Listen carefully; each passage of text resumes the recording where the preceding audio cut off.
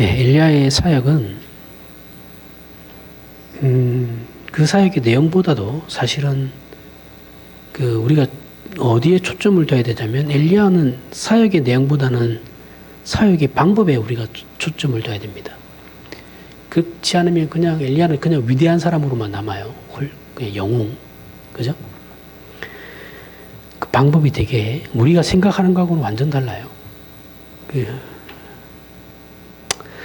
엘리야는 정말 느닷없이 등장하죠, 그죠? 서사가 없다 그랬습니다. 엘리야의 등장에는 서사가 없습니다. 그냥 느닷없이 등장합니다. 그래서 당시 북이스라엘의 왕이던 아합을 꾸짖고 하나님이 전하라고 하신 그 경고를 모든 이스라엘 방백 앞에서 선포합니다. 하지만 그 일이 마치자마자 그리 시냇가로 숨어요. 숨어가지고 까마귀가 물어다주는 그 양식을 연명하다가 가뭄이 시작되자 그 시내도 마릅니다. 마르고 오늘 본문에서 보듯이 사르밧 과부의 집에 얹혀 살게 돼요. 사르밧은 당시 이스라엘이 아닌 이방 땅이에요. 이방 땅인데 시돈입니다. 시돈에 속하는 지역입니다. 시돈은 어디예요? 북이스라엘 위쪽에 있다 그랬죠. 두로, 시돈 이렇게 돼 있어요. 지금은 거기가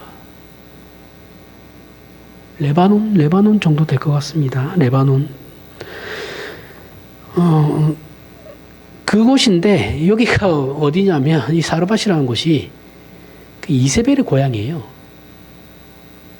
지금 나라를 북이스라엘 개파 만들고 있는 그 이세벨 여왕, 거기 친정이 있는 데입니다. 거기가 사르밧이에요. 우상이 판을 치는 동네입니다. 거기서 거기에 사르밧에 도착하자 어떤 과부가 자기 아들과 마지막으로 그 남은 밀가루를 반죽해서 과부는 아들에게 먹이고 자기는 죽으려고 그랬죠. 그렇죠? 그걸 엘리야에게 그 마지막 양식을 주고 엘리야가 하나님께 기도해서 셋이 같이 살게 되는 거예요. 살게 되는 거죠. 과부도 살고 그 아들도 살고 다. 그 가뭄이 거기까지도 미쳤던 것 같아요. 근데 이 과정이 참 묘한데, 사르밧 과부는 마지막 남은 가루와 기름으로 양식을 만들어서 아들에게 먹이고 죽으려고 했거든요. 자기는 죽으려고 그랬어요. 아들은 그냥 냅두고. 그걸 엘리야에게 먹였단 말이죠. 줘서 먹게 했습니다. 그러자 그 마지막 남은 가루와 기름은 하나님의 보호하심을 받아서 엘리야로 인해서 계속해서 공급되죠. 그죠? 이 기적이 일어나요. 기적이 일어난 거잖아요. 그죠? 근데 아무도 몰라요. 누구만 알아요? 그 과부와 아들과 엘리야만 알죠. 대단한 기적이 일어난 건데 아무도 모릅니다. 이게 의미하는 바가 되게 커요. 지금부터 계속 그럴 거거든요. 잘 생각하세요. 우리 엘리야가 굉장히 어떤 사람들 앞에서 대단한 일들을 막 하고 이런 것 같죠? 아니에요. 엘리야는 사람들이 모르게 일을 했어요. 거의 다가 그래요. 거의 다 그렇습니다. 거의 다. 모든 사역의 대부분은 그래요. 사람들 앞에 드러내게 안 해요. 하나님이 그런 식으로 하지 않습니다. 잘 보세요, 이제부터.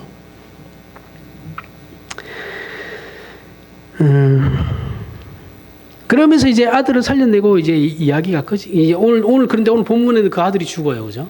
그 아들이 죽는데 엘리야가 그 아들을 살려내고 이 이야기는 끝이 납니다. 우리가 이 사건을 통해서 놀라는 것은 뭐냐면, 이러한 하나님의 기적이 앞에서도 얘기했지만 모든 사람이 알 수 있게 오픈된 큰 무대 위에서, 그죠? 벌어진 게 아니다라는 거예요. 지금 사르밧 과부의 아들을 살리는 일도 누구만 알아요? 그 사르밧 과부하고 그 아들하고 엘리야만 알아요. 그렇죠? 사람이 죽었는데 살린 이 기적이 아무도 몰라요. 그들만 합니다. 그들. 가난하고 소외된 과부의 집에서 벌어졌다라는 거예요. 그죠? 엘리야의 등장은 느닷없죠. 하지만 굉장한 이슈로 등장해요. 그의 주요 사역은 우리의 생각과는 그런데 너무 다르죠. 숨겨지고 감추어진 채 일어났다라는 것이 핵심입니다. 우리는 이거 다 놓치죠. 그죠? 봐라, 엘리야가 이렇게 해서 하나님께 기도했더니 이렇게 됐다. 엘리야에게 사르밧 과부가 엘리야에게 뭐 마지막 나무 먹을 것을 줬다라는 거 옛날에 어떻게 목사들이 설명한 줄 아세요? 목사에게 저렇게 하면은 이렇게 된다. 그런 개소리들을 했어요, 진짜. 귀에 딱지가 앉을 정도로 했습니다. 그러면서 목사 섬겨야 된다고. 섬기는 거는 서로 섬겨야죠. 목사만 섬김을 받으면 되겠어요? 다 같이 섬기는 거지. 서로 존중하고. 물론 엘리야는 갈멜산 전투라는 큰 무대에 섰어요. 그죠? 안 쓴 건 아닙니다. 섰는데, 그리고 모든 사람의 주목을 받았습니다. 이미 엘리야는 북이스라엘에서는 셀럽이에요. 지금 얘기하면 유명한 사람입니다. 그리고 선지자들 사이에서는 스승이에요. 이미 그래요. 그걸 이제 엘리사가 그대로 나중에 물려받거든요. 그 일 직후에 또 호렙산으로 피신합니다. 그죠? 갈멜산 전투에서 큰 승리를 이루고 난 뒤에 엘리야는 그럼 어떻게 되냐? 또 숨어요. 호렙산으로 도망가요. 죽을까봐. 그럼 우리는 이 일의 반복이죠. 이거 하면서도 되게 제가 답답하고, 왜 하나님이 이런 생각 진짜 많이 했거든요. 그럼 우리는 성경의 초점이 무엇인지를 이제 생각을 해야 되는 거죠. 그렇죠? 성경은 어떻게 엘리야가 죽은 아이를 살렸는가에 대해서는 관심이 없어요. 우리는 여기에 초점을 두거든요. 그죠? 죽은 아이도 살리는 엘리야였다. 얼마나 위대하냐. 여기에 우리는 관심이 다 가지거든요. 성경은 그걸 설명하지 않습니다. 그게 중요한 게 아니에요. 지금 중요한 건 그게 아니에요. 왜 죽은 자를 살리는 이런 위대한 일을, 이런 큰 일을 하나님은 엘리야에게 비밀스럽게 하게 만들었나? 그게 중요한 거라. 거기에 초점이 있는 겁니다. 이렇게 큰 기적은 모든 이스라엘이 볼 수 있게 또 하나님께서 뜻하시는 일에 큰 영향을 미칠 수 있는 그런 방법으로 진행되어야 하는데, 그래야지 돌아올 거 아닙니까, 하나님? 하나님의 기적을 봐야지 저들이 하나님이 살아계심을 믿고 그리고 그 하나님을 두려워할 거 아닙니까? 그래야지 돌아올 거 아니? 우리는 이렇게 생각해요, 그죠? 근데 하나님은 그렇지 않다라는 거예요. 근데 여기서 보시듯 하나님 그렇지 않고 어떻게 하십니까? 과부와 엘리야 외에는 그 어떤 관객도 없는 곳에서 오늘의 기적이 이루어졌다는 것이죠.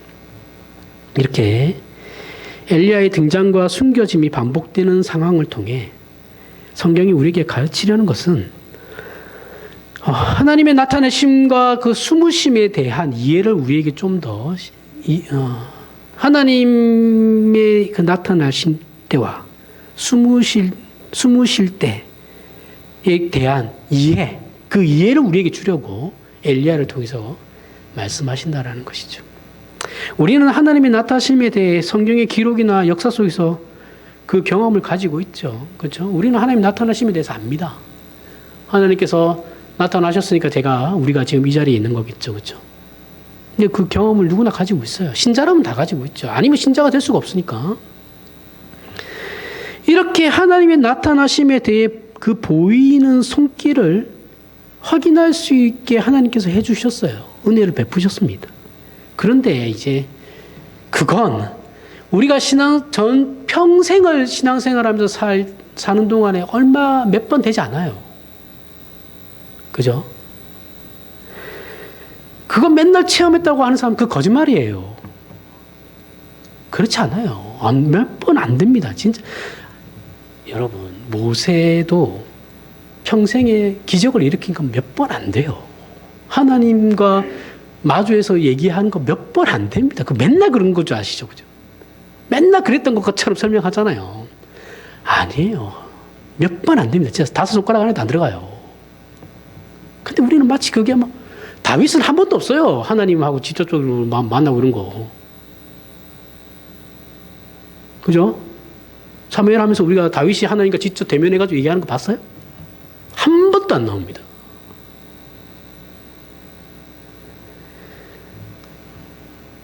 수렁토리로 다 가르쳐가지고.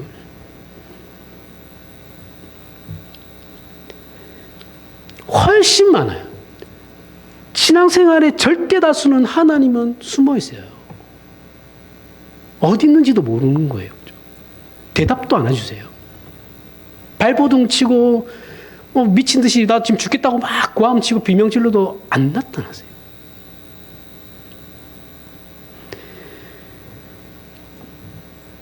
이 우리 개인적인 신앙 속에서 얼마든지 경험하는 일들이거든요. 그렇죠? 기독교 신자라면 누구나 하나님의 계시로 인해서 하나님을 만나요. 만나고 지금 이 자리까지 인도되는데 이건 세상의 모든 기독교 신자가 가지는 공통된 신앙 고백입니다. 그런데 이건 잠깐이죠. 시작할 때 그렇다라는 거예요. 우리는 너무 많은 시간을 하나님은 왜 내 기도에 응답하시지 않습니까?로 이제 시간을 보내게 되는 거예요. 이 문제적 신학생활이 여기서 시작되는 겁니다. 하지만 본문의 엘리야의 사건에서 하나님의 숨으심, 하나님은 지금 숨어 계시죠. 이스라엘에게 있어서, 그렇죠? 하나님은 엘리야를 통해서 비가 안 올 거야라 그까지만 딱 선포하시고 지금 숨어 계세요. 그 어떤 응답도 그 어떤 계시도 허락하시지 않습니다. 엘리야를 통해서 잠깐 일을 하실 뿐이에요.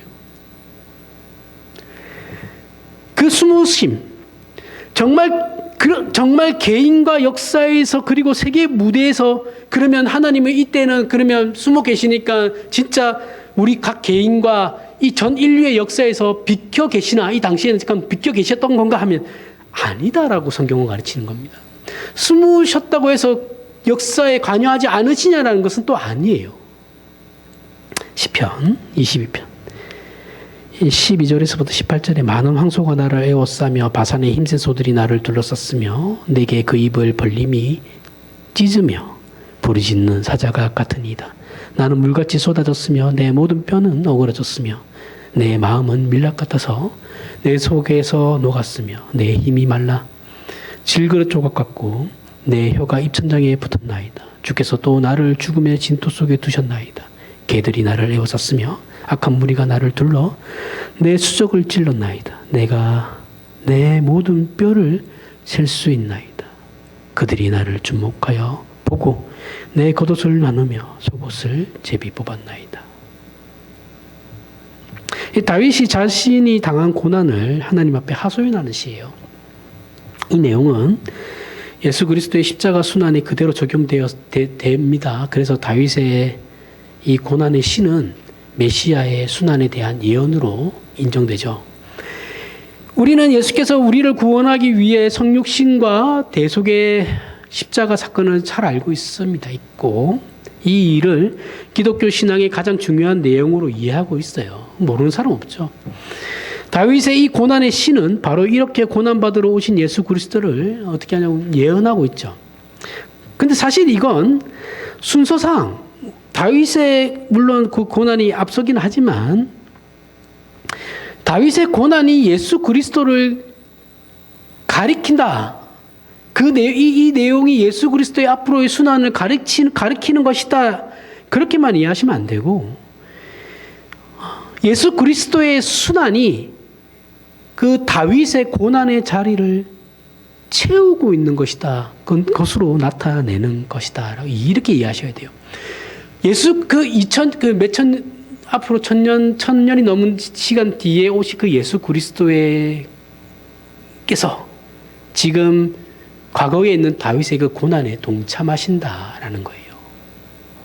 그게 예수 그리스도에게서 나타나실 거다.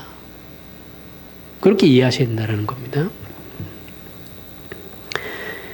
좀 더 쉽게 이해하면 우리가 당한 고난이 예수 그리스도의 순환을 가리키는 것이 아니고 예수 그리스도께서 우리가 당한 바로 그 고난의 자리까지 오신다라는 거예요. 찾아오신다. 예수 그리스도는 2000년 전의 인물이시고 우리는 2000년 뒤의 인물이잖아요. 다윗도 예수 그리스도보다 훨씬 과거의 사람이에요. 그렇죠? 그 다윗의 고난에 예수 그리스도께서 동참하시고 그 미래에 있는 예수님 입장에서 미래에 있는 우리의 그 고난에 2000년 전에 예수 그리스도께서 동참하신다 라는 거죠. 그러니 예수 그리스도의 고난의 이게 우리는 자꾸 예수 그리스도의 고난 알죠? 알고 이해합니다. 그죠? 근데 자꾸 여기에 대해서 뭐 더 깊은 내가 그 고난을 더 많은 이해할 수 있게 안 돼요. 그걸 얘기하는 게 그 고난 제가 늘 얘기하죠. 그 고난 이해할 수도 없고 우리는 알 수도 없어요. 그걸 어떻게 우리가 알겠어요? 무한이 유한으로 와가지고 겪는 고난은 우리는 모릅니다. 그거 알려고 하시지 말고 제발 이상한 거 가르치려고 하지 말고 우리가 있는 어떤 자리, 저와 여러분이 있는 어떤 자리, 그 시편에서 다윗처럼 힘을 가진 무서운 대적에게 둘러싸여 공격받는 이런 경험, 그죠?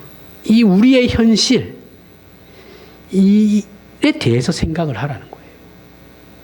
그 현실에 대해, 그 고난에 대해 예수 그리스도께서 찾아오신 것, 이렇게 이해하시라는 겁니다. 예수님이 고난 주간이라 예수님의 고난을 생각합니다. 묵상하는 건 좋은데 모른다니까요. 그 백날 해봐야 몰라요. 금식한다고 아는 게 아니에요. 이렇게 갈등, 불안, 낙심, 절망, 굴욕, 분노, 억울함, 자괴감, 비열함 이런 게 우리 자신의 모습이고 인간의 실존인데 우리가 이런 고통의 저 밑바닥에서 허우적대면서 망가진 채로 그 한계를 드러내는 그 끝자락에 거기까지 예수께서 찾아오셨다라는 겁니다. 예수 그리스도의 오심은 육체를 입고 인간이 되어서 33년을 살다가 갔다라는 그 간단한 정도가 아니라 우리가 그 누구에게도 말할 수 없는 자신의 못남, 비통함, 억울함, 분노, 비애, 슬픔 여기까지 충분히 오셨다라는 거죠. 이게 성육신이다라는 겁니다. 예수 그리스도의 성육신은 이런 의미예요. 우리가 엘리야를 통해서 하나님에 대해 놀라는 것은 하나님은 엘리야가 아합 왕 앞에 나타나 네가 하나님을 배신하고 백성들에게 신앙을 왜곡시키고 외면케 했기에 3년 반 동안 비가 오지 않을 거다라고 공개된 무대에서 기세등등하게 등장하여 큰 소리 칠 때만 우리의 영혼과 역사에 관여하시며 일하시는 것이 아니죠. 하나님이 이때만 일하시는 게 아니잖아요. 그렇죠? 만약 하나님께서 우리의 현실과 역사의 무대 위에서 보이지 않는 것 같은 때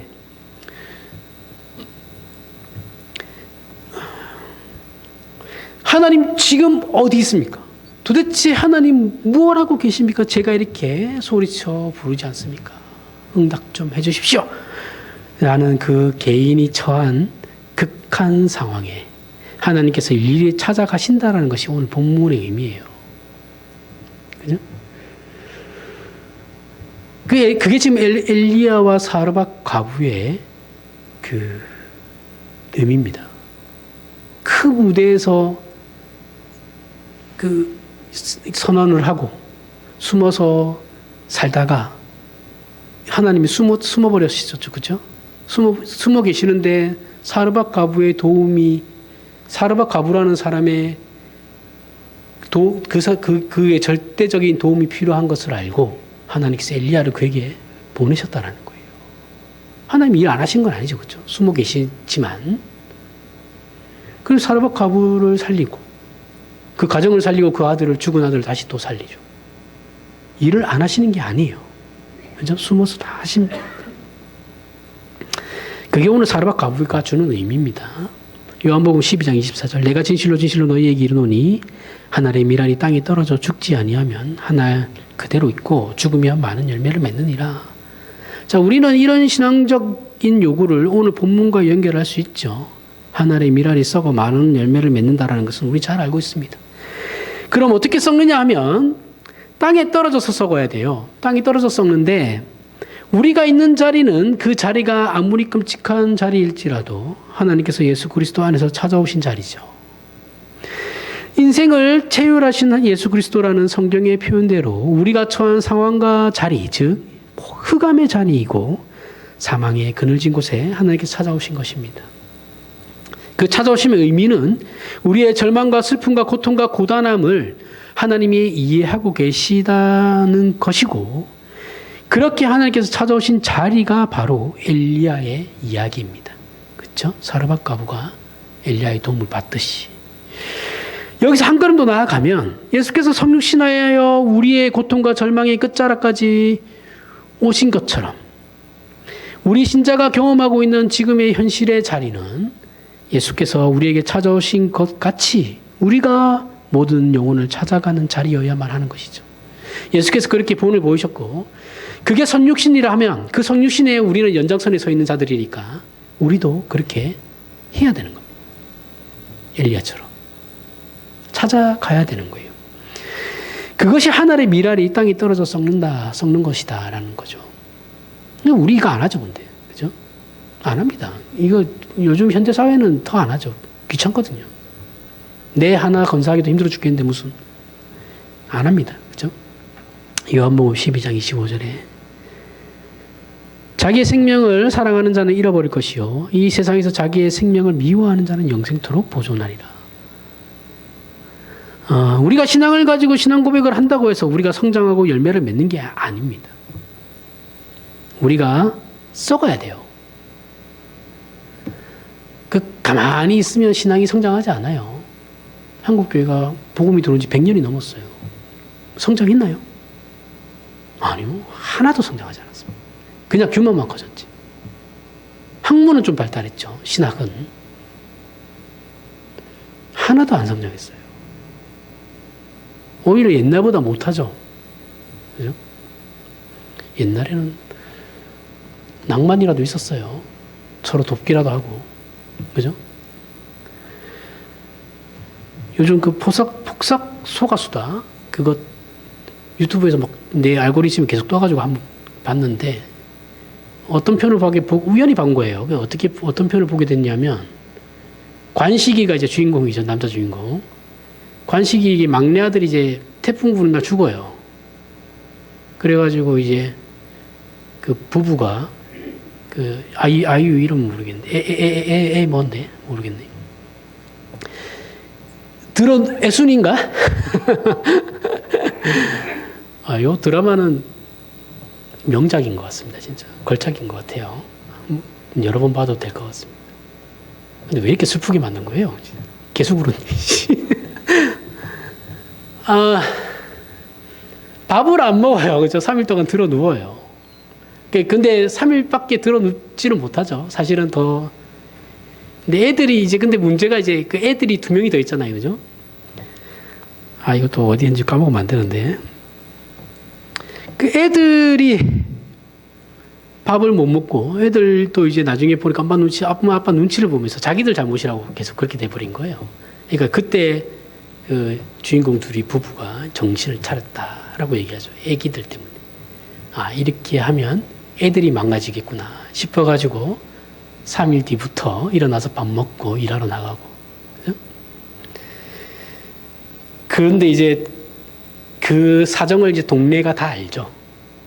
동네에서 그 집 부엌에 먹을 걸 가득 채워줍니다. 그게 공동체죠.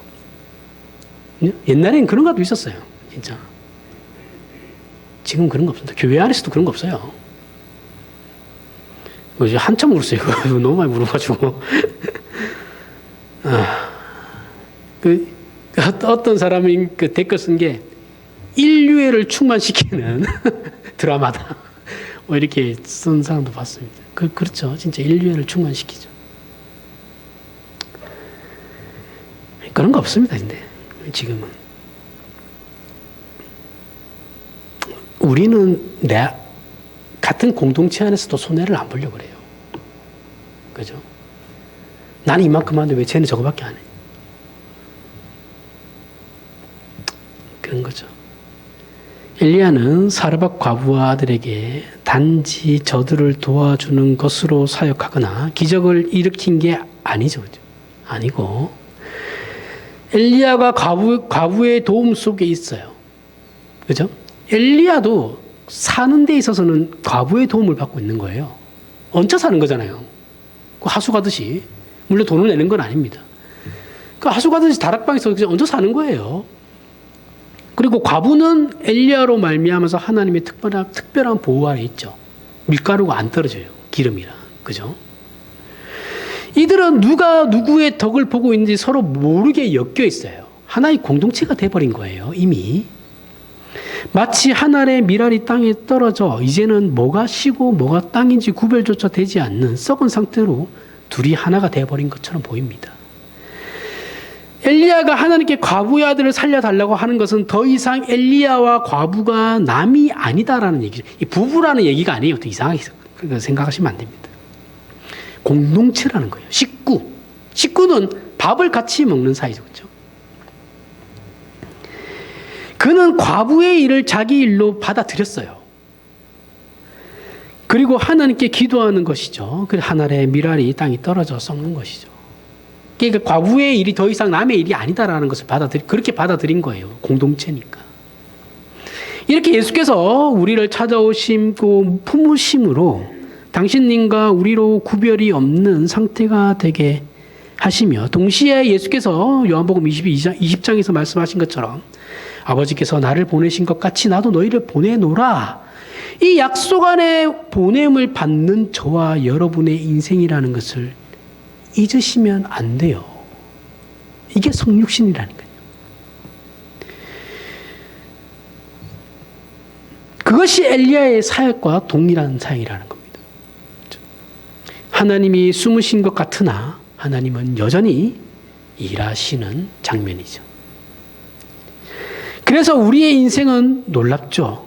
요한복음 14장에 가면 이 문제를 조금 더 잘 설명하는데 14장 8절에서부터 11절이에요. 빌립이 이르되 주여 아버지를 우리에게 보여주옵소서. 그리하면 족하겠나이다. 예수께서 이르시되 빌립아 내가 이렇게 오래 너희와 함께 있을 때 네가 나를 알지 못하느냐. 나를 본 자는 아버지를 보았거늘 어찌하여 아버지를 보이라 하느냐. 내가 아버지 안에 거하고 아버지는 내 안에 거하는 것을 계신 것을 내가 믿지 아니하느냐. 내가 너희에게 이르는 말은 스스로 하는 것이 아니라 아버지께서 내 안에 계셔서 그의 일을 하시는 것이라. 내가 아버지 안에 거하고 아버지께서 내 안에 계심을 믿으라. 그렇지 못하겠거든 행하는 그 일로 말미암아 나를 믿으라. 자, 예수께서 아버지와 함께 절망의 나락에 떨어져 있는 우리에게 오셨답니다. 오셨다고 하시는 거예요. 우리가 기독교 신앙에서 가장 많이 혼동하는 것이 신앙이라는 이름으로 우리는 고통과 힘듦이 해결되어야 한다라고 믿는다라는 거죠. 그죠? 종교를 가진 이유는 이것 때문이잖아요. 그죠? 세상의 번뇌, 고통, 이 모든 것을 해탈, 이제 불교 용어로 하면 이제 그런 거고. 그런 거 없애려고. 그러면서 뭐예요? 소유를 욕심을 버리고, 그죠? 아무것도 가지지 않고. 뭘 안 가져요? 안 가지게. 다 가지면서.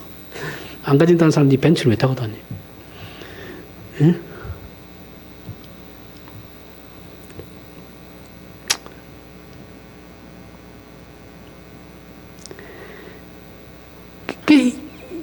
종교가 만들어진 이유는 이제 이런 것 때문이죠. 우리의 스스로의 힘으로 해결할 수 없는 것을 해결하게 하기 위해서 초월의 힘을 빌리려고 하는 거니까. 그리고 예수를 믿는데 여전히 고통이 존재한다면 잘 보세요. 우리는 기독교라는 것이 고통과 그 힘듦을 고달픔을 없애는 거라고 생각했는데 여전히 고통이 그러면 존재해요. 내가 신자임에도 불구하고 여전히 내 삶에 고통이 존재하고 있다면 우리는 어떻게 생각하냐면 내 신앙의 어느 부분이 잘못되어서 하나님께서 응답하지 않는 것이다 라고 우리는 또 생각하죠. 그죠? 그러면서 어떻게 한다고 그랬어요? 어렸을 때 그 젖먹이 때 그 죄까지 다 끌어다가 영혼은 완전 죄는 싹거리 해가지고 회개하죠. 근데 성경은 그게 아니다라고 얘기하는 겁니다. 그게 아니야. 얘들아, 그게 아니야. 우리가 누구인지 확인시키고 그 일을 스스로가 해결하는 것이 아니라 또는 하나님께 구하여 응답받는 문제이기 그 이전에 하나님께서 우리에게 먼저 찾아오셔서 예수 안에서 해결하신 인생이라는 것을 가르치려고 한다는 거예요. 우리는 우리가 구원받았고 하나님께 인정받고 있으며 자신의 믿음이 진실하다라는 걸 고통을 해결하는 것으로 형통함의 문제를 자꾸 확인하려고 합니다. 내 신앙을 확인받고 싶은 게 뭐냐면 내가 고통에 내 어려움이 닥쳐왔을 때 이 어려운 문제를 해결하는 것으로 내 신앙을 확인받고 싶어 하는 게 우리예요. 그렇죠? 그런데 성경은 그렇게 얘기하지 않아요. 우리의 고통은 하나님께서 예수 안에서 우리를 향한 일하시는 방법이다라고 얘기하고 있는 겁니다. 우리의 고통과 절망은 하나님께서 무대 위에 등장하셔서 하시는 것보다 더 크게 성육신으로 일하시는 것을 보여주는 확인이죠. 우리를 그렇게 부르셨고 우리를 통하여 지금 일하시는 하나님의 손길이라고 하죠. 우리의 고통과 절망은 하나님의 손길을 통해서 위로받아요. 그렇죠? 그 하나님의 손길은 누굽니까? 저와 여러분이죠. 그래서 이 문제는 예수께서 공생애를 시작하시기 직전에 사탄에게 시험받은 장면을 떠올리게 하는데 이게 제가 시험에 대해서 여러 번 얘기하잖아요. 그죠? 이 시험이 굉장히 중요한 겁니다. 그 시험이 뭐였냐면 돌로 떡을 만들어라. 성전에서 뛰어내려라. 사탄 자신에게 절하라는 거였죠. 그렇죠? 이게 결국 뭐였냐면 이 시험은 야, 너 지금 배고프잖아. 떡을 만들어 먹어. 그 다음 또 뭐였어요? 성전에서 뛰어내려. 천사들이 받아주겠지. 네가 하나님의 아들이라면. 그 다음 또 뭐예요? 나에게 절을 해. 그러면 이 세상을 다 너에게 줄게. 이 결국 뭐예요? 고통, 절망, 또 뭐예요? 고단함. 그거 하지 마. 응? 너 하나님의 아들이라며. 그게 왜 필요해? 그냥 꽃길 가. 그거예요. 그거 다 지금 돌로 떡을 만들어서 지금 너 지금 당장 40일 금식기도 하고 난데 배고프잖아. 빵 먹어. 만들어 먹으면 되지. 너 할 수 있잖아.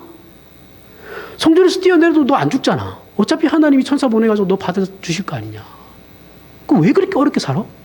왜 너는 쉬운 길을 놔둬놓고 어려운 길을 선택해서 어려운 길로만 가려고 그래? 그거 하지 마. 안 해도 되잖아, 너. 그 얘기하는 거라고요. 예수 그리스도를 십자가의 길을 가지 못하게 하려고 하는 겁니다.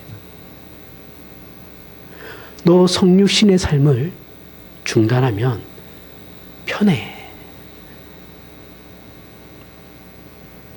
그 고통의 자리, 그 사망의 그늘, 흑암의 자리로 안 가도 되잖아. 너 안 가면 어때? 쟤들이야 뭐 어찌 되든 말든 뭔 상관이야. 근데 생각해보면 우리의 기도는 대부분 이런 내용이죠. 하나님 이거 해결해 주세요. 저거 해결해 주세요. 교과서적인 답을 제가 드리면 제발 그렇게 기도하지 마십시오. 그냥 하나님 이 문제를 제가 견딜 수 있게 힘을 주십시오. 하나님 이 문제를 제가 정면으로 맞닥뜰 수 있게 용기를 주십시오. 그렇게 기도하세요. 피하시려고 하지 말고. 피한다고 피해지지 않아요. 여러분 진짜 어리석은 거예요. 지금 당장에 뭐 작은 문제 하나 터진 거 이거 피하고 싶어가지고 그 마음에 상처받기 싫어가지고 돌아가요. 그럼 그건 내 실력이 안 됩니다. 똑같은 문제가 나중에 또 나올 텐데요. 그럼 그때도 피해 가실 거예요? 그럼 언제 잘할 거예요 도대체? 애들 키울 때 다 아시잖아요.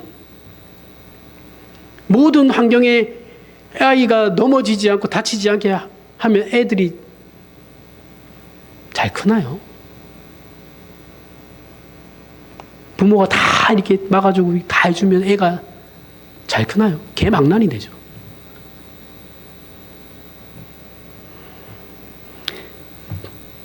하나님의 찾아오심은 우리가 누구인지를 알고 그 찾아오심이 무엇인지를 아는 항복과 자기 부인이 있어야 하는데 우리의 기도는 이것을 거부해요.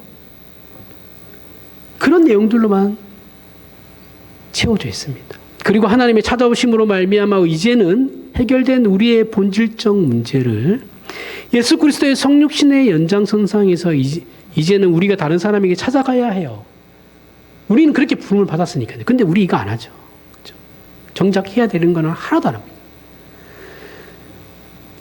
같은 교회 공동체 안에 있으면서도 그 공동체 안에 구성원이 쌀이 떨어졌는데도 몰라요. 예? 뉴스에 나와야지 알죠. 극단적인 선택을 해서. 이게 무슨 공동체예요? 그런 의미에서 우리 신자들은 정말 이런 말 하기 싫지만, 진짜 이 말은 너무 하기 싫습니다, 진짜. 계속 그래서 고통 속에 있는 겁니다. 계속 고통 속에 있어야만 합니다. 저와 여러분은 다.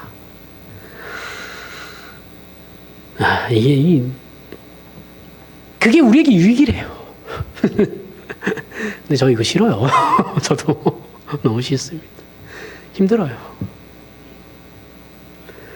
거기가 우리 삶의 진정한 현장이랍니다. 이런 거 생각하면 좀 하나님 좀 너무한다 싶을 때 있거든요. 적당히 좀 하십시오. 저도 좀 숨 좀 쉽시다. 하나님 그래도 한 템포 쉬어가는 것도 있어야지. 몰아치면 힘들어요. 막 이런 한소연이 저절로 나옵니다, 진짜. 예수께 하나님을 보여달라는 그 빌립에게 내가 너희와 오래 함께 있음에도 네가 나를 알지 못하냐라고 하시죠. 그렇죠? 우리 또 동일해요. 이거는. 우리 신자는 삶의 조건으로 세상 사람들과 다른 게 아니에요. 삶의 조건은 세상 사람들과 우리랑 똑같아요. 인생의 고단함과 절망과 모든 인간 군상에 대해 아는 자가 무엇을 붙들고 살며 무엇을 근거하여 살고 있는지가 다른 거예요. 그러니까 우리는 그 모든 인간 군상을 알아요. 신자는, 그죠? 그래서 우리가 그런 인간 군상을 아는 자들이 무엇을 붙들고 있느냐가 이제 중요하다는 거죠.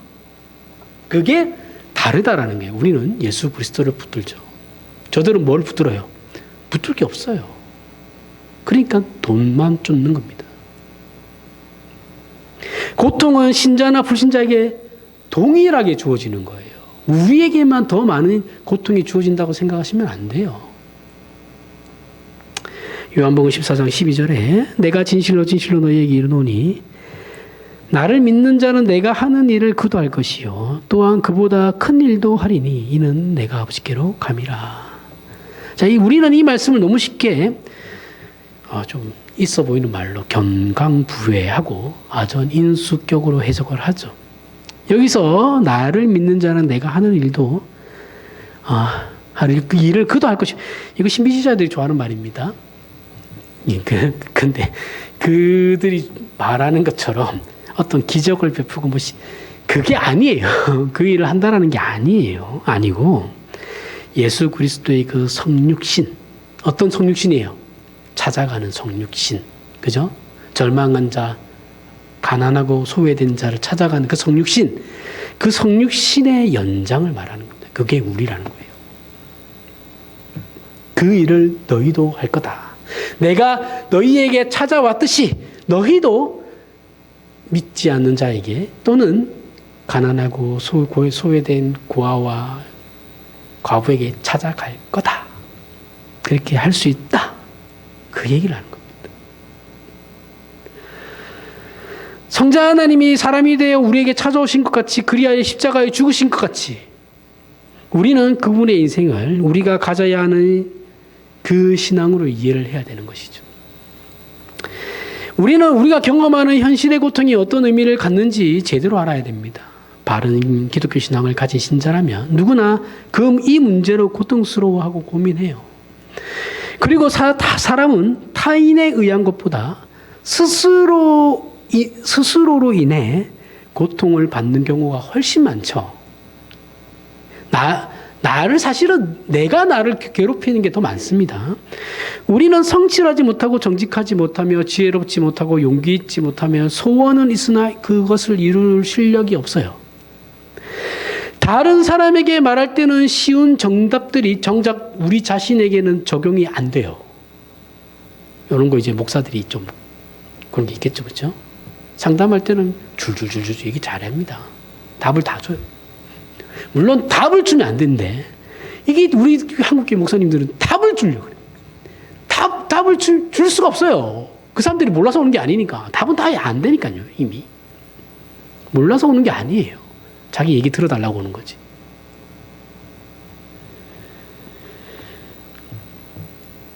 막 그렇게 해놓고 자기가 그런 똑같은 일이 생기잖아요.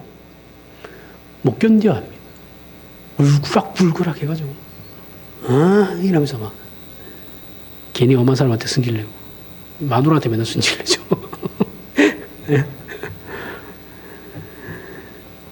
인간의 못남을 우리 스스로를 통해 발견하는 것이 훨씬 고통스러워요. 내 자신을 통해서. 인간의 못남이라는 것은 내가 알고는 있는데 이게 내 자신을 통해서 그걸 확인하게 되면 못 견딥니다. 정말 힘들어요. 이게 누구나 근데 직면해야 하는 문제거든요. 하지만 역설적으로 그래서 우리가 다른 사람을 또 용서할 수 있어요. 그것 때문에 나도 그러는데 뭘. 내가 누구를 뭐라 그래. 우리 인간은 스스로 경험하지 못하면 용서하지 못하죠. 잘 생각해 보십시오. 우리가 살면서 다른 사람에게 관용을 베풀 때는 사실 우리의 이해의 폭이 넓거나 마음의 폭이 넓어서가 아니에요. 우리의 관용은 그 문제에 별 관심이 없을 때 나와요. 무슨 말인지 이해하세요?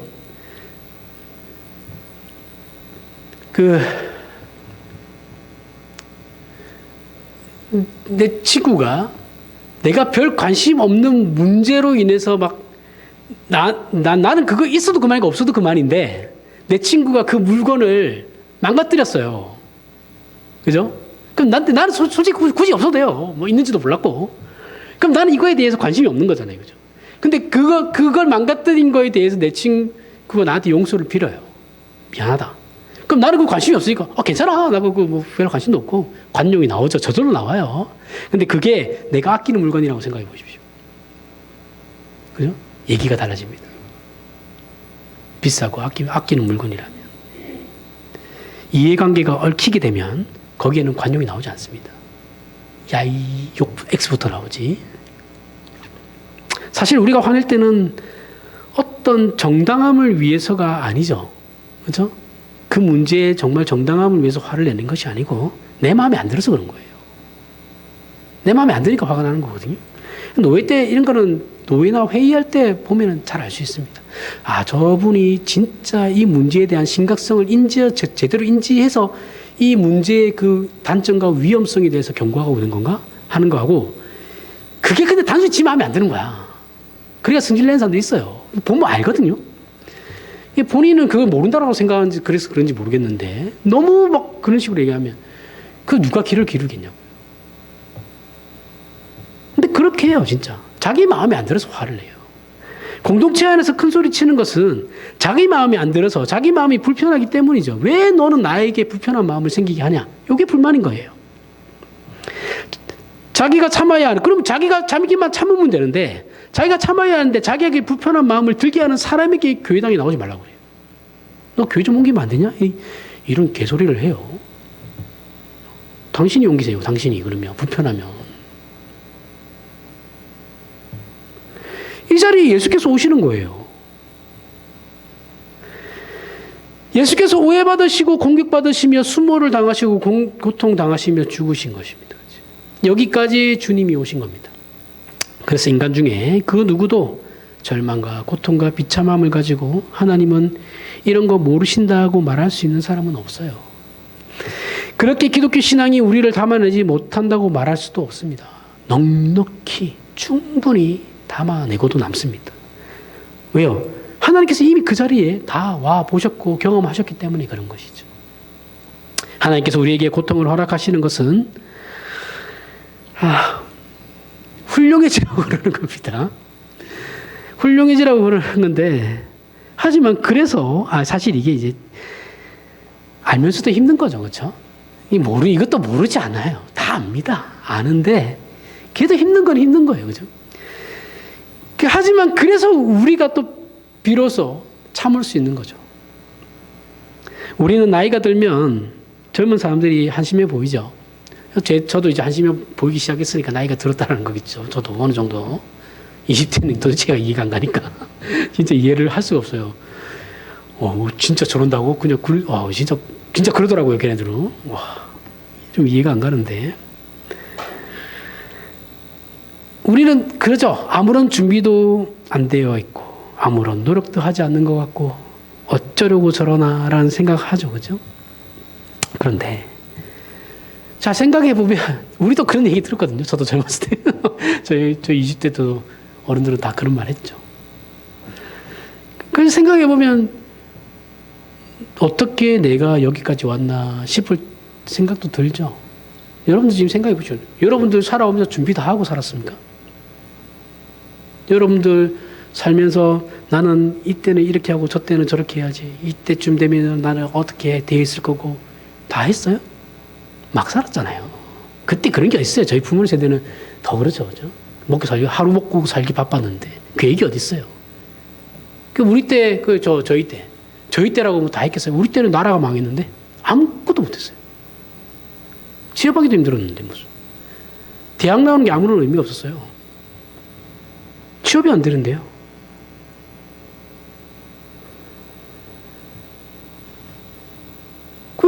근데 지금까지 왔어요. 그죠? 어쨌든 저쨌든 여러분과 저는 지금 이 자리에 앉아 있습니다.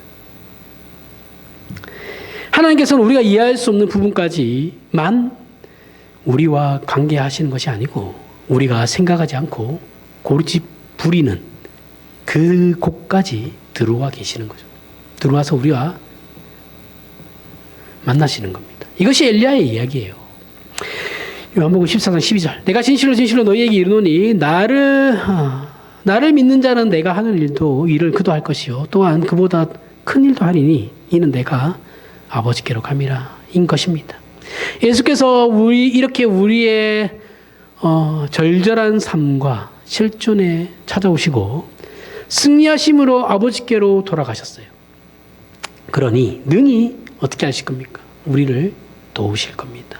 그래서 우리는 우리의 삶이 우리가 보내진 그 자리, 저와 여러분이 지금 살아가고 있는 그 삶의 위치, 그 자리, 그게 어떤 것이든 간에 그 자리가 고통스럽지만 얼마나 귀한 자리인지도 동시에 알아야 된다는 것이죠. 선한 사마리아인을 생각해 보세요.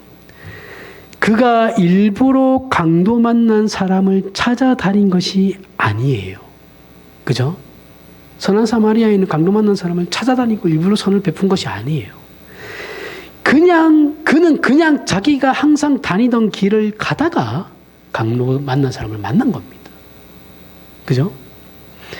그도 강도가 출몰하는 그 지역을 동일하게 다녔던 사람이라는 거예요. 동일한 위험에 노출되어 있던 사람이라는 거예요. 저와 여러분이 거부하고 원치 않는 삶의 현실은 누군가의 영혼을 위하여 누군가의 죽음과 실패를 회복시키기 위하여 하나님께서 찾아가는 그 손길로서 서 있는 자리에 그걸 우리는 원하지 않죠. 그죠? 그렇게 부름을 받았음에도 불구하고 하나님 그것만은 못하겠습니다 하고 있는 게 우리라는 거죠.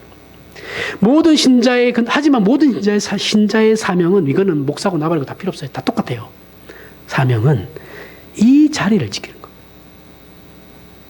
부르심 받은 그 자리. 찾아가는 하나님의 손길. 힘들고 고통스러워하며 울면서 그 자리를 지켜야 되는 거예요. 편하게 지킬 수 있는 게 아니에요. 맨날 울어야 돼요. 맨날 힘들어서.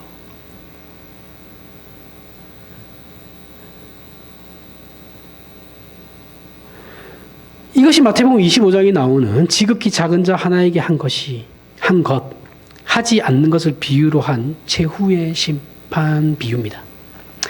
지극히 작은 자란 우리가 성육신의 원리로 보냄을 받은 자리에 엘리야와 과부와 묶이듯이 우리와 묶인 사람들을 말하는 것이죠. 그렇죠? 물론 그 중에 하나님께서 특별하게 드러나게 사용하는 사람들이 있습니다. 만에 하나, 천에 하나. 있어요. 없는 게 아니에요. 하지만 그건 정말 특별한 일을 위해서 사용하시는 극소수라에 해당될 뿐이고 절대 다수인 저와 여러분은 하나님의 감춰진 그 숨겨짐 속에 일하는 거예요. 숨겨짐 속에서 일해야 되는데 우리는 계속 특히 목사들에 대해서 얘기하자면 드러내려고 하죠. 드러내려고. 이름을 드러내려고 하고 어디에 자기 이름 하나 박으려고 그렇게 노력하고 교회 교인들이 낸 헌금 가지고 왜 지가 기분을 내는지 나는 도대체가 이해가 안 가는데 다 교인들이 다 낸 헌금이잖아요. 그 왜 자기가 밥 사듯이 뭐 그렇게 뭐 영광은 지가 다 취해요? 왜? 그것도 이해가 안 가고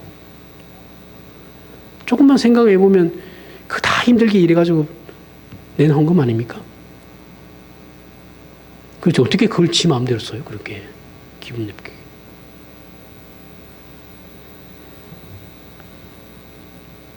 그 감춰진 속에 일하는 이걸 잊으면 안 됩니다. 절대 잊지 마십시오, 여러분. 정말 잊지 마십시오. 제가 아내가 이제 뭐 권유해가지고 취업 그거를 했거든요. 상담. 별의별 거 요즘 다 하는데. 그 하려면 그 설문조사를 해야 돼요. MBTI처럼 이런 거 했는데 야망이 제로가 나왔어요. 야망이 하나도 없대. 이런 사람 처음 본다고 상담사가. 어떻게 야망이 하나도 없어요. 저는 진짜 그런 거 없다고. 와야 원래 그렇지는 않았어요. 저도 원래 저도 그런 건 없었어요. 이게 살아오면서 이제 가치관이 바뀌니까 이제 그렇게 된 것 같아요. 하여튼 하면서 그분도 되게 황당해가지고 한참 그거 가지고 한참 얘기했거든요. 제가 다른 사람보다 한 20분 시간을 더 썼어요. 재밌나 봐요, 그분도. 내가 나중에 목사라고, 처음에 목사라고 얘기했거든요. 저 목사다. 근데 좀 힘들어서 일을 좀 알아보려고 그런다. 이렇게 얘기하는 거예요. 그분도 근데 교회를 다니시던 분이니까 이해가 하시는 것 같긴 해요. 하여튼 요즘 재밌는 경험 많이 하고 있습니다. 참. 하지만 이것은 이제 드러나고 나타난 일보다 여러분 숨겨졌다고 해서 이게 작은 일이라고 생각하시면 안 돼요. 작은 자, 성경은 지금 우리에게 뭐라고 그래요? 작은 자 하나에게, 지극히 작은 자예요. 지극히 작은 자. 지극히 작은 자 하나에게 한 것이 예수 그리스도께 한 것이 되래요. 그럼 우리는 숨겨진 입장에 처한 사람으로서 지극히 작은 자. 그죠? 사르밧 과부잖아요. 아무것도 없는 과부예요. 그 당시에 가장 약자예요, 약자. 천민 중에 천민이에요. 그에게 행한 것이 지금 하나님께 행한 것이잖아요. 그게 결코 작지 않은 기적과 진실함으로 간섭하시고 역사하시는 하나님의 손길이라는 걸 우리는 잊으면 안 된다는 겁니다. 이거 절대 잊지 마십시오. 그래서 로마서 12장에 가면 성경의 중요한 권면이 나옵니다. 14절, 16절 너희를 박해하는 자를 축복하라. 축복하고 저주하지 말라. 즐거워하는 자들과 함께 즐거워하고 우는 자들과 함께 울라. 서로 마음을 같이 하며 높은 데 마음을 두지 말고 도리어 낮은 데 처하며 스스로 지혜 있는 채 하지 말라. 우리는 기독교 신자로서 원수를 사랑하는 데까지 가야 한다는 걸 알고 있어요. 모르는 게 아니에요. 우리는 다 압니다. 다 배웠어요. 그죠? 알아요. 하지만 성경은 이것을 어떤 명분이나 아는데 어떻게 알고 있냐면 우리는 명분으로 알고 있죠. 종교적 명분으로. 아니면 종교성으로. 근데 그렇게 알면 안 된다는 거예요. 그게 아니고 우리 삶의 전산 뭐예요? 성육신의 원리로 그렇게 해야 된다는 거예요. 예수 그리스도께서 그렇게 하셨듯이 우리도 그 예수 그리스도의 그 성육신의 원리를 가지고 그렇게 해야 된다는 거예요. 그래서 우리가 박해받는 자리까지 갈 수 있다라는 겁니다. 그것 때문에 그러니 괄시받고 받는 자리 거기를 가는 것을 너무 오그레할 필요가 없다라는 것이죠. 거부하지도 말라는 겁니다. 우리는 고통과 절망에서 벗어나기만을 바라고 그 요령을 배우길 원하죠. 그죠? 하지만 성경은 우리에게 이 절망과 고통을 끌어안는 방법을 가르치는 거예요. 한석규가 어떤 의사로 나오는 드라마인데 제목이 생각이 안 나는데 양심에 대해서 얘기해요. 양심에 대해서 얘기하면서 뭐라고 하냐면 너는 그 양심을 지키기 위해서 무슨 일까지 해봤어? 이 얘기를 하거든요.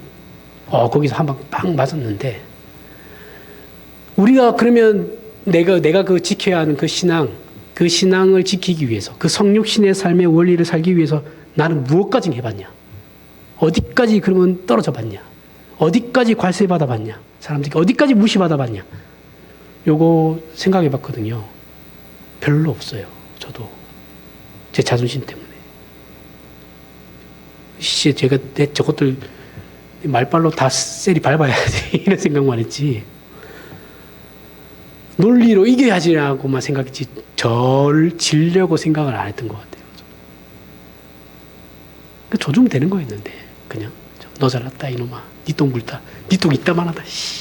이거 말면 되는 거였는데. 이게 또, 태생이 또 싸움 따기가. 그런 거는 또 못 보고 있어가지고. 이게 뒤통수 맞는 느낌이 딱 들었습니다. 요즘 드라마 때문에 많이 깨달아요. 요즘 드라마 너무 잘 만드는 것 같아요, 우리나라. 드라마 잘 안 보거든요. 잘 안 보는데, 최근에 좀 우연히 본 것들입니다. 그냥 유튜브로.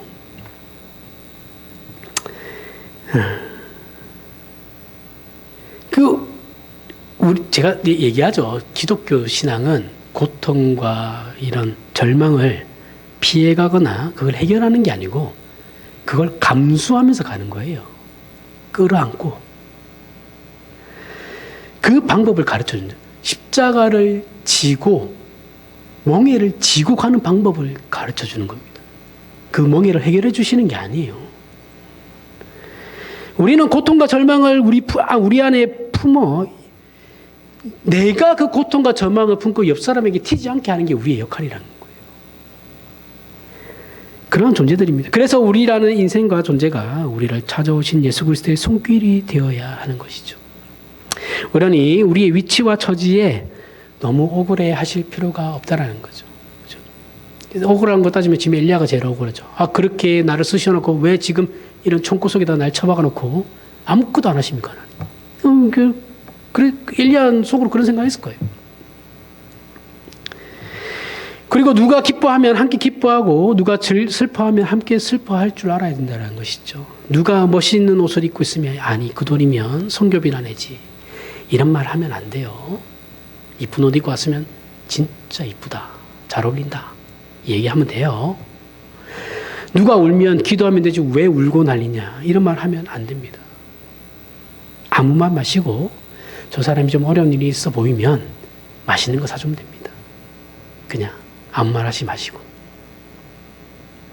그게 겸손한 것이고 그게 성육신의 책임 있는 신앙 자세예요. 뭐야 기도 얘기해봐. 나도 기도해줄게. 물어보지 마세요. 얘기하기 전에 제발 좀. 본인이 얘기를 안 하겠다는데 왜 끄집어내요 자꾸. 누가 기뻐하면 함께 기뻐하고 누가 슬퍼하면 함께 슬퍼하라는 말은 인생이 간단하지 않다라는 말이에요. 그 똑같은 말이거든요. 그죠? 그걸 전제하는 말입니다. 그래서 인생과 신앙이 간단치가 않아요. 그 억울하고 비참함이 무의미하지 않다라는 걸 인정해야 하지만 우리는 즐거워하는 자와 함께 즐거워할 수 있고 우리는 우는 자와 함께 울 수 있는 겁니다. 그게 신자예요. 그래서 우리는 서로 마음을 같이 하며 높은 데 마음을 두지 말아야 하는 겁니다. 자랑하고 큰소리 치는 자리에 마음을 두지 말고 도리어 낮은 데 처하며 스스로 지혜 있는 채 하지 말라는 겁니다. 폼 잡지 말라는 거예요. 저도 반성 많이 합니다. 이거.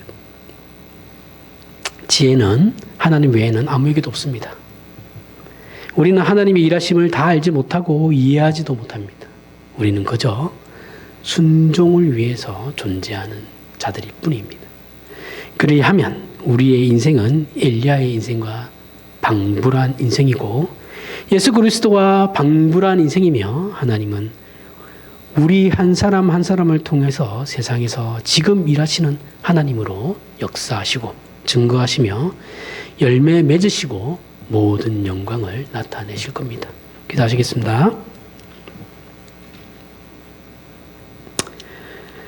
하나님 아버지 은혜를 감사합니다. 하나님은 하나님